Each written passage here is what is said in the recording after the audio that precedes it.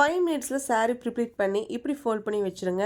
பொங்கலுக்கு சூப்பராக saree வேர் பண்ணுங்கள். அது எப்படின்னு தெரிஞ்சுக்கணுன்னா வாங்க வீடியோக்குள்ளே போகலாம். ஹாய் ஹலோ அண்ட் வணக்கம். 2 மினிட்ஸில் எப்படி ஒரு saree வந்து வேர் பண்ணலாம் அப்படின்னு சொல்லி தான் இன்னைக்கு இந்த வீடியோவில் பார்க்க போகிறோம். இன்னைக்கு இந்த வீடியோவில் நெக்ஸ்ட் வீக் பொங்கல் ஃபங்க்ஷன் அப்படிங்கிறதுனால கண்டிப்பாக எல்லாருமே ட்ரெடிஷ்னல் saree வேர் பண்ணணும்னு தான் ஆசைப்படுவோம். ப்ரீவியஸாக 1 டே பிஃபோர் வந்து நீங்கள் saree ப்ரிப்ளீட் பண்ணி வச்சிட்டீங்க அப்படின்னா நெக்ஸ்ட் டே மார்னிங் பார்த்தீங்கன்னா ரொம்ப சீக்கிரமாகவே saree வேர் பண்ணிக்கலாம்.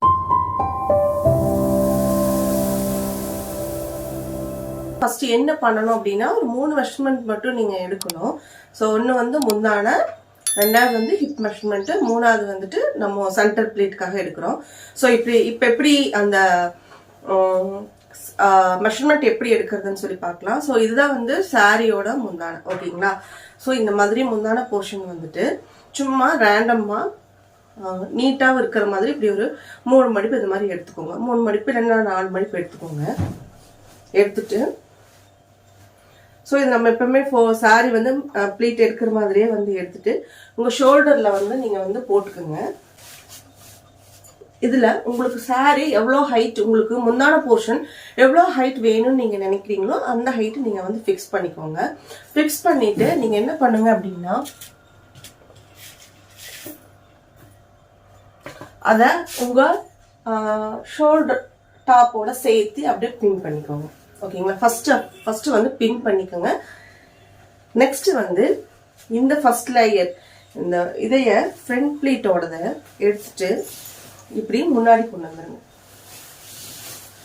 ஸோ இப்படி முன்னாடி கொண்டு வர்றப்போ நல்லா டைட்டா இழுத்து கொண்டு வந்துருங்க. ரொம்ப லூஸ் அடிக்க வேண்டாம். ஸோ நல்லா டைட்டா இருக்கிற மாதிரி பார்த்துக்கோங்க. கொண்டு வந்துட்டு எல்லாருமே வந்து நம்ம சென்டர் பெல்லில இருந்து சைடில் வந்து நம்ம ரைட் சைடில் ஒரு பின் பண்ணுவோம் இல்லைங்களா? ஸோ இந்த சைடு வந்து ஒரு பின் பண்ணிக்கோங்க. ஸோ நான் சொல்ற மெஷர்மெண்ட் மட்டும் க்ளோஸாக வாட்ச் பண்ணிக்கோங்க. நான் இன்னும் பின் பண்ண எது ஃபர்ஸ்ட் மார்க்கிங் செகண்ட் மார்க்கிங் நான் சொல்லலை. ஃபர்ஸ்ட் வந்து நான் பின் சாரி மட்டும் வேர் பண்ணுற மாதிரி பின் பண்ணியிருக்கேன், ஓகேங்களா? ஸோ ஃபர்ஸ்ட் வந்து ஷோல்டரில் பின் பண்ணியிருக்கேன், ரெண்டாவது வந்து ஸ்டொமக் சைட் பின் பண்ணியிருக்கேன், ஓகேங்களா? ஸோ இப்போ இது வந்து பார்த்தீங்கன்னா இங்கே பின் பண்ணியிருக்கோம்ல. ஸோ இந்த பின் பண்ணதுக்கு அப்புறமா சாரியை வந்து கொஞ்சம் உங்களோட நீங்கள் ப்ளவுஸ் போடுற ஹூக்கோட எட்ஜ், ஓகேங்களா? ஸோ அது வரைக்கும் இருக்கிறது. ஸோ இதுதான் வந்துட்டு செகண்ட் மார்க்கிங், ஓகேங்களா? ஸோ ஃபர்ஸ்ட் வந்து இதையே மார்க் பண்ணிக்கிங்க. சேஃப்டி பின் வச்சு இந்த இடத்துல மார்க் பண்ணிடுங்க. இதுதான் வந்துட்டு நம்மளுக்கு செகண்ட் பின் மார்க், ஓகேங்களா? இப்போ நம்ம ரெஃபரன்ஸ்க்காக குத்திருக்க இந்த பின் வந்து நம்மளுக்கு தேவையில்லை. ஸோ இதை வந்து நம்ம ரிமூவ் பண்ணிடுவோம், ஓகேங்களா? ஸோ இது நெக்ஸ்ட் வந்து பார்த்தீங்கன்னா இந்த ஷோல்டரில் வந்து உங்கள் பின் பண்ணியிருப்பீங்க இல்லையா? ஸோ அதைய வந்து அப்படியே ரிமூவ் பண்ணிட்டு அதனோட ஃபர்ஸ்ட் லேயரில் வந்து நீங்கள் என்ன பண்ணிக்கணும்னா பின் பண்ணிக்கணும், ஓகேங்களா? இதுதான் வந்து பல்லு. நீங்க இப்படி சும்மா வச்சுட்டு நீங்க பண்ணினீங்க அப்படின்னா இப்படி இழுக்கிறப்ப வந்துடும். ஸோ அதுக்காக நீங்க வந்து உங்களோட டாப்பு பிளவுஸ் ஏதாவது போட்டிருந்தீங்கன்னா நீங்க அதுக்கு மேல வச்சு பின் பண்ணிட்டு அதுக்கப்புறம் நீங்க வந்து இந்த பிளேட்டை வந்து நம்ம எடுத்தோம் அப்படின்னா உங்களுக்கு லூஸ் அடிக்காது, ஓகேங்களா? ஸோ தேர்ட் வந்து பாத்தீங்கன்னா hip measurement. So hip measurement பொறுத்த அளவுக்கு நீங்க என்ன பண்ணணும்னா நம்மளோட ரைட் சைட்ல தான் வந்து உள்ள டக்கிங் பண்ணுவோம் இல்லையா? ஸோ ரைட் சைடு இப்படி சாரியை வச்சுட்டு அதாவது கரெக்டா பொசிஷன்ல வச்சுக்கோங்க. ஒரு சுத்தி ஸோ இப்படி ஃப்ரண்ட்ல ஒரு சுத்தி கொண்டு வந்துருங்க.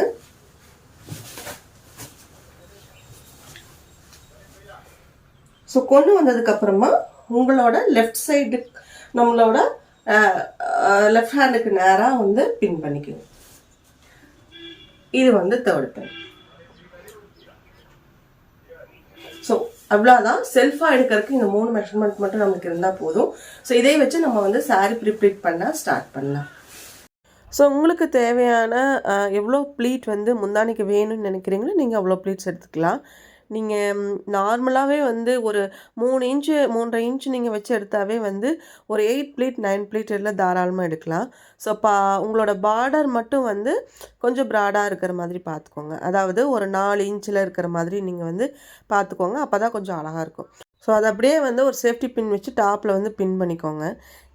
நெக்ஸ்ட்டு வந்து இந்த மாதிரி அயனிங் டேபிள், உங்கள் வீட்டில் இருக்கிற அயனிங் டேபிளாக இருந்தாலும் சரி, இந்த மாதிரி ப்ரீப்ளீட் டேபிள் இருந்தாலும் சரி, ஸோ அதில் வந்து இந்த மாதிரி 2 கிளிப் வச்சு நல்லா நிற்க வச்சுட்டு சாரியோட பேக் சைடு, அதாவது இந்த மாதிரி நீங்கள் சாரியை வந்து ஓப்பன் பண்ணிங்கன்னா ஸோ இந்த மாதிரி வந்து ஒவ்வொரு ப்ளீட்டும் வந்து அழகாக வந்து அதுவே வந்து உட்காரும். ஸோ இப்படி லைட்டாக இப்படி எட்ஜில் மட்டும் லைட்டாக இப்படி ஷேக் பண்ணிங்க அப்படின்னா நம்ம ப்ளீட் வந்து எந்தெந்த மாதிரி எடுத்துருக்கணுமோ எல்லா ப்ளீட்டுமே அரேஞ்ச் ஆகி வந்துடும். ஸோ அதை அப்படியே அட்ஜஸ்ட் பண்ணிவிட்டு ப்ளீட்ஸ் எல்லாமே வந்து கரெக்ட் பண்ணிக்கோங்க. ஒன்ஸ் நீங்கள் இப்படி கரெக்ட் பண்ணிட்டீங்க அப்படின்னா அதுக்கப்புறம் கூட நீங்கள் வந்து இந்த மாதிரி மெத்தடில் இப்போ நீங்கள் பார்த்துட்ருக்கிற மெத்தடில் வந்து அப்படியே வந்து ஒவ்வொரு ப்ளீட்டும் ஈவனாக இருக்கிற மாதிரி, அதாவது நம்ம பின் பண்ணுறதுக்கு முன்னாடி ஸ்டெப் இது. ஃபஸ்ட்டு வந்து செட் பண்ணுறீங்க, அதுக்கப்புறம் பின் பண்ணுறதுக்கான ப்ராசஸ் இது. ஸோ இது பண்ணிவிட்டு எல்லா ப்ளீட்டுமே நீங்கள் எடுத்த ப்ளீட் எல்லாமே கரெக்டாக இருக்கான்னு செக் பண்ணிவிட்டு கையோடு வந்துட்டு என்ன பண்ணிடுங்கன்னா ஒரு சேஃப்டி பின் வச்சு பின் பண்ணிடுங்க. ஸோ இதே மாதிரி ப்ராசஸில் வந்து நம்மளோட ஷோல்டர் பின், அதாவது முந்தானிக்குன்னு ஒரு அளவு வச்சு ஒரு பின் பண்ணியிருக்கோம்ல, ஸோ அது வரைக்கும் இதே மாதிரி ஃபார்மேட்டில் வந்து நீங்கள் வந்து ப்ளீட் செட் பண்ணிக்கோங்க. ஒரு ஃபங்க்ஷன்னால் நம்ம ப்ரொஃபஷ்னலாக பாக்ஸ் ஃபோல்ட் பண்ணணும் இல்லை ஹேங்கர் ஃபோல்ட் பண்ணணும் அப்படிங்கிறது இல்லை. நைட் வந்து பிஃபோராக ஒரு 5 மினிட்ஸ் மட்டும் டைம் ஸ்பெண்ட் பண்ணிங்கன்னா போதும். முந்தான ப்ளீட் எடுக்கிறீங்க, அது வந்து கரெக்டாக எடுத்துட்டிங்க அப்படின்னாவே ஃப்ரண்ட் ப்ளீட் அதை வச்சு ஃப்ரண்ட் ப்ளீட் நம்ம பண்ணிக்குவோம். அதுக்கு அடுத்தது சென்டர் ப்ளீட் எடுத்துக்குவோம், அவ்வளோதான். அப்படியே வந்து ஹேங்கர் இருந்துச்சுன்னா ஹேங்கரில் போட்டு அப்படியே வந்து ஃபோல்ட் பண்ணிக்கோங்க. இல்லைன்னா அப்படியே வந்து ஜஸ்ட் ஒரு சோஃபாலேயோ இல்லை ஒரு சேர்லேயே நீங்கள் வந்து அப்படியே சாரியை வந்து வச்சுட்டிங்கன்னா எப்போவுமே ஏர்லி மார்னிங் எந்திரிச்சு கிளம்புவோம்ல, ஸோ அப்படி வந்து ஸ்பாட்டில் வந்து எடுத்து வேர் பண்ணிக்கலாம். ஸோ அதனால் கண்டிப்பாக உங்களுக்கு வந்து ரொம்பவே டைம் ஆகும். ஸோ நீங்கள் ப்ரொஃபஷ்னலாக பண்ணுறவங்க பண்ணுற மாதிரி ஒரு 20 மினிட்ஸ் ஆகும், ஐயோ ரொம்ப கஷ்டம் அப்படின்னு வந்து இது நினைக்க தேவையில்லை. யூஸ்வலாக வந்து நம்ம எப்படி சாரீ வேர் பண்ணுறப்போ நம்மளுக்கே தெரியும்ல, முந்தான போர்ஷன் எடுப்போம், அதுக்கப்புறம் சென்டர் ப்ளீட் எடுப்போம். ஸோ இதை வந்து ஆல்ரெடி நம்ம எடுத்து வச்சுட்டு அதை எப்படி வந்து அயன் பண்ணி வச்சிட்டோம் அப்படின்னா, ஸோ அதுக்கு அடுத்தது வந்து பார்த்திங்கன்னா நம்ம கட்டுறப்போ ரொம்ப ஈஸியாக இருக்கும். ஸோ அதனோட format method tips and tricks தான் இந்த வீடியோவில் நம்ம இப்போ பார்த்துட்ருக்கிறது. ஸோ முந்தானியுமே பார்த்திங்கன்னா உங்களுக்கு புரியிற மாதிரி சொல்லணுன்னா கூட ஒரு ஸ்கேல் அளவு வச்சு கூட நீங்கள் வந்து பின் பண்ணிக்கலாம். பின் பண்ணிவிட்டு அதுக்கப்புறம் நல்லா அயன் பண்ணிட்டீங்க அப்படின்னா ஸோ அந்த முந்தானை வந்து அப்படியே ஸ்டேபிளாக இருக்கும். இப்போ இந்த சாரீ பொறுத்தளவுக்கு பார்த்தீங்க அப்படின்னா இதில் ஒரு விஷயத்தை நான் உங்களுக்கு காமிக்கிறேன். இப்போ பாருங்கள், நான் வந்து ஸ்டார்டிங்கில் வந்துட்டு ப்ளீட் வந்து நான் எடுத்துட்டேன், அதுக்கப்புறம் ஒரு பின் பண்ணியிருந்தேன். அதை வச்சு கீழே வந்து வர என்ன பண்ணிட்டேன்னா ப்ளீட்ஸ் எல்லாமே அட்ஜஸ்ட் பண்ணி நான் வந்து செட் பண்ணிட்டேன். இப்போ இந்த டாப்பில் பார்த்தீங்கன்னா கொஞ்சம் வந்து ப்ளீட் எல்லாமே வந்து எச்சு கம்மியாக இருந்த மாதிரி இருந்துச்சு. ஸோ என்ன பண்ணுறேன்னா ஃபஸ்ட்டு டாப்பில் ஒரு பின் பண்ணாலும் அந்த பின்னை ரிமூவ் பண்ணிவிட்டு ப்ளீட்ஸ் வந்து மறுபடியும் ரீகரெக்ஷன் பண்ணிவிட்டு நான் வந்து டேபிளில் பெக் வச்சு செட் பண்ணி நிற்க வச்சிட்டேன். ஸோ இந்த மாதிரி நம்ம வந்து ஃபஸ்ட்டு ஒரு டைம் பண்ணுறோம் அப்படின்னா ப்ளீட் கரெக்டாக ஆகலைன்னா அதுக்காக வந்து மறுபடியும் கஷ்டப்படணுங்கிறது இல்லை. ஒன்ஸ் நீங்கள் ப்ளீட் மட்டும் எடுத்துகிட்டு பின் பண்ணிடுங்க. அதுக்கப்புறம் வந்துட்டு நம்மளோட முந்தானை வந்து எவ்வளோ ஹைட் வேணுமோ அந்த அளவுக்கு நீங்கள் ப்ளீட் எடுத்ததுக்கப்புறமா மறுபடியும் கூட லாஸ்ட்டில் கூட நம்ம ஃபஸ்ட் எடுத்த ப்ளீட் வந்து கரெக்ட் பண்ணி இப்போ ப்ளீட் எல்லாமே முந்தானையோடது எல்லா போர்ஷனுமே நம்ம எடுத்துட்டோம் இல்லையா. ஸோ அதுக்கப்புறம் பார்த்தீங்க அப்படின்னா ப்ளீட் வந்து அயன் பண்ணணும். ஸோ ஒன்ஸு நீங்கள் ஒவ்வொரு டைம் நீங்கள் அயன் பண்ணுறதுக்கு முன்னாடி எல்லா ப்ளீட்டுமே கரெக்டாக இருக்கா அப்படின்னு சொல்லி பார்த்துட்டு அதுக்கப்புறம் நீங்கள் வந்து அயன் பண்ணுங்கள். ஸோ இந்த சாரீ பொறுத்தளவுக்கு பார்த்தீங்கன்னா ரொம்ப ப்ரெஸ் பண்ணல. ஏன்னு கேட்டால் இது வந்து கொஞ்சம் க்ரஷ் டைப் மெட்டீரியல் அப்படிங்கிறதுனால நான் வந்து லைட்டாக தான் வந்து அயன் பண்ணுறேன். ஸோ உங்களோட சாரீஸ் வந்து சில்க் சாரியாக நல்லாவே இருக்குது அப்படின்னா நீங்கள் நல்லா ஷார்ப்பாக அயன் பண்ணுற மாதிரி இருந்ததுன்னா கண்டிப்பாக காட்டன் மோடில் வச்சு இந்த மாதிரி ஸ்டீமர் அயன் பாக்ஸ் யூஸ் பண்ணி நீங்கள் வந்து பண்ணலாம். ஸோ ஃபஸ்ட் டைம் நீங்கள் அயன் பண்ணுறீங்க அப்படின்னா கண்டிப்பாக நியூஸ் பேப்பர் அந்த மாதிரி ஏதாவது போட்டுட்டு மேலே சாரிக்கு மேலே போட்டுட்டு அயன் பண்ணுங்கள். ஸோ சாரிக்கும் சேஃபாக இருக்கும். ஸோ நீங்கள் ஒன்ஸ் நீங்கள் பழகிட்டீங்கன்னா அதுக்கப்புறம் நீங்கள் நார்மலாகவே சாரீ மேலேயே நீங்கள் அயன் பாக்ஸ் வச்சு பண்ணலாம். அதே மாதிரி ஒவ்வொரு டைமும் கண்டிப்பாக iron box heat temperature mode check பண்ணிவிட்டு நீங்கள் வந்து பண்ணுங்கள். ஓகே, இப்போ வந்து பல்லு ப்ளீட் முடிச்சிட்டோம். இப்போ ஃப்ரண்ட் ப்ளீட் பார்த்தீங்க அப்படின்னா அதே மாதிரி டேபிளில் வந்து சாரியோட முந்தானையோட லாஸ்ட் எட்ஜு வந்து நம்ம வந்து பெக் வச்சு செட் பண்ணி நிற்க வச்சுருக்கேன்.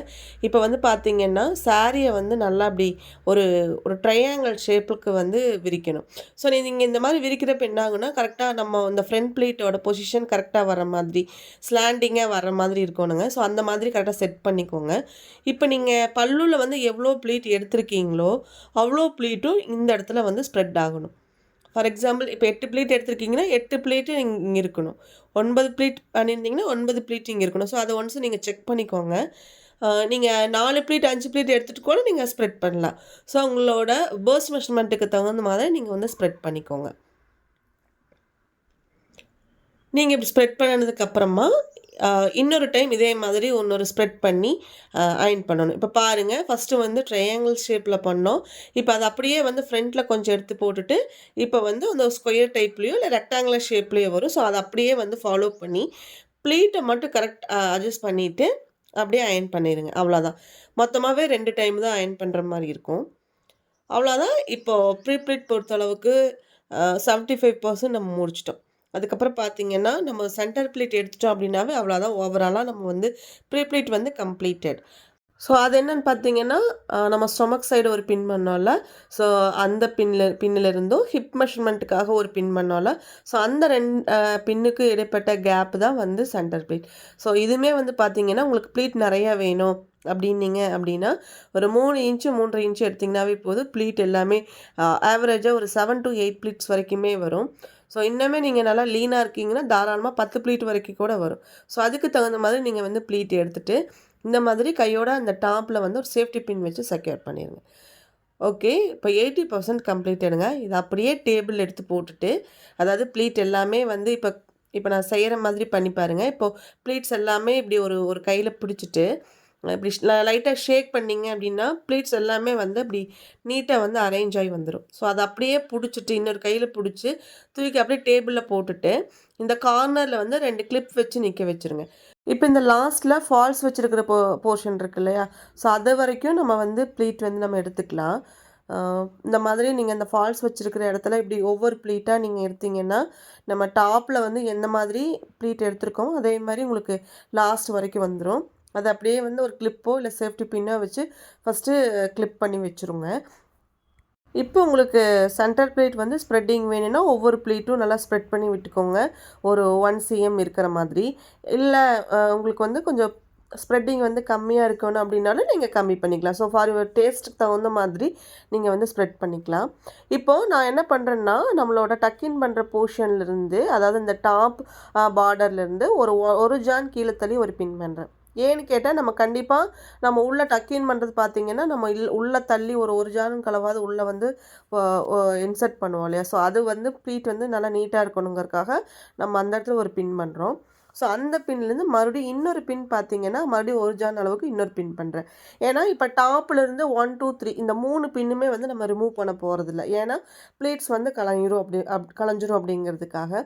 ஸோ அதுக்கப்புறம் பின் பண்ணுறது எல்லாமே வந்து சாரீ வந்து அப்போதைக்கு கட்டுறதுக்கு முன்னாடி கலையாமல் இருக்கிறதுக்காக பின் பண்ணுறது தான்.